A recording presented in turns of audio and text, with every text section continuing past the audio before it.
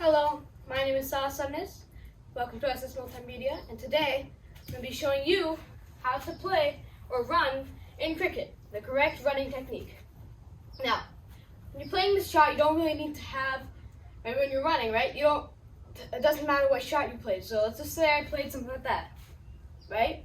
Now my non-striker calls yes, right? That means I have to go to that end. So now, how do I run? Do I run like this, right? Do I run like I usually would, like this, right? Like, how do you know how to run? What this video is for, right? Play the shot.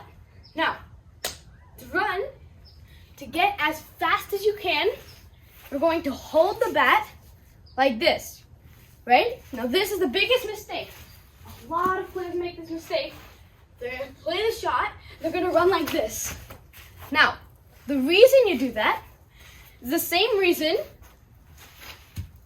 that when you're regularly running, you don't run like this.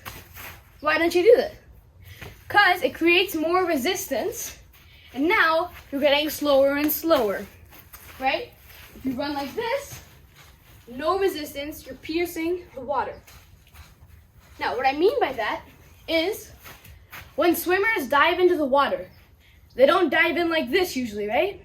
Obviously, it's belly flop, but if professional swimmers, when they jump into the pool, they dive in like this, right? Because it creates the least resistance, they can go faster. Same theory here. Play the shot, run in here, right? Run like this. Second thing, this one I have to show this way. Make sure your head is bent forward. You're not looking around, seeing where the ball went. You need to trust your partner. Partner said run, right? He said yes, yes, yes. Now you gotta run. Put your head down, not so down you can't see anything, but make sure you're looking at the stumps. You don't want to be looking everywhere else. You'll be running down here, you'll be running like that, right? Again, you're not gonna be running like this, right? You'll be running like this. Right? Now, another thing, right? Let's say that I need to touch my bat behind the crease, right? So let's say that this line right here, let's move these stumps a little back, right?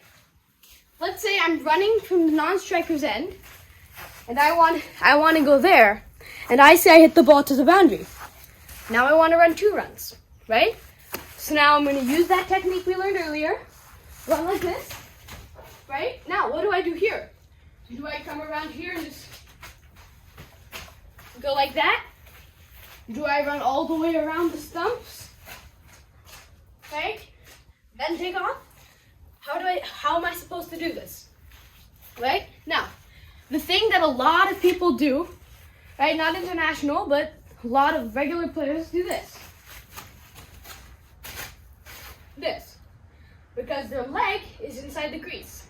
Yes, you made it, but in doing so, now you're having to cover the regular pitch, right? You're having to cover 40 yards, right? So what you do is you come here, you stop here, and you reach far, and then you go back, right? So let's say that this line right here is the crease, right? I run here, go here, get my bat behind, and then I start running. How much distance am I covering here? Right, at least a yard, right? Now, if you run 2 or 3 runs, that's what, 3-4 yards less you have to cover.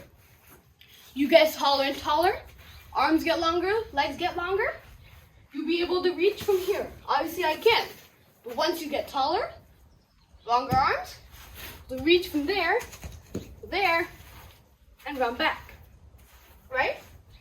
So that's why I need to do that. Now, when doing this, you don't want to do this, right? I'm going to drag it. So not this. You do this. See the difference? Then, another thing, you don't do this, right? that kind of beats the purpose. You need to squat. You need to squat down and do it. An exercise that helps with this is just plain old squats, right? Like this. That's an exercise that helps with this, right? You do these every day, you'll be able to run a lot faster because you're covering less ground. Come here, squat down low, you can cover more ground. The less I squat, the less area I can cover. The more I squat, the more area I can cover. So now I'm going to be showing the last step that goes when running, right? When you're running, you don't want to come at the end, right? This is the last run, right? Let's say you're running a quick one. You don't want to come here, go here, and do this, right? Because you're not running back. You want to go all the way through. This is where you really want to run way behind the crease, right? But you don't just want to run like this. You still want to cover that ground. Now what you do here is you come here. It's called dragging the bat, where you cover a lot of distance by going like this, right? Now, why don't you just do this? Like that. Why don't you do that? Well, the reason for that is because if it's a close call, right? Let's say he hit it, the wicket keeper just got the ball. If your bat is still in the air, let's say that even if your bat is behind the crease, but if it's still in the air, it's out. It has to be on the ground behind the crease. That's why you want to drag it. That's what they call it. Drag the bat like this. So you're going to run through and drag the bat like this. Like that. Alright? So those are the steps of running. You learned 4 things today. At least 5. Right? Number 1, run like this. Right? Number 2, run like this. Don't run like this. Run like that. Number 3, when approaching the crease, you don't just do that. Right? Come here, squat, cover ground, then go back. Last, when you're running the last run, you drag your back.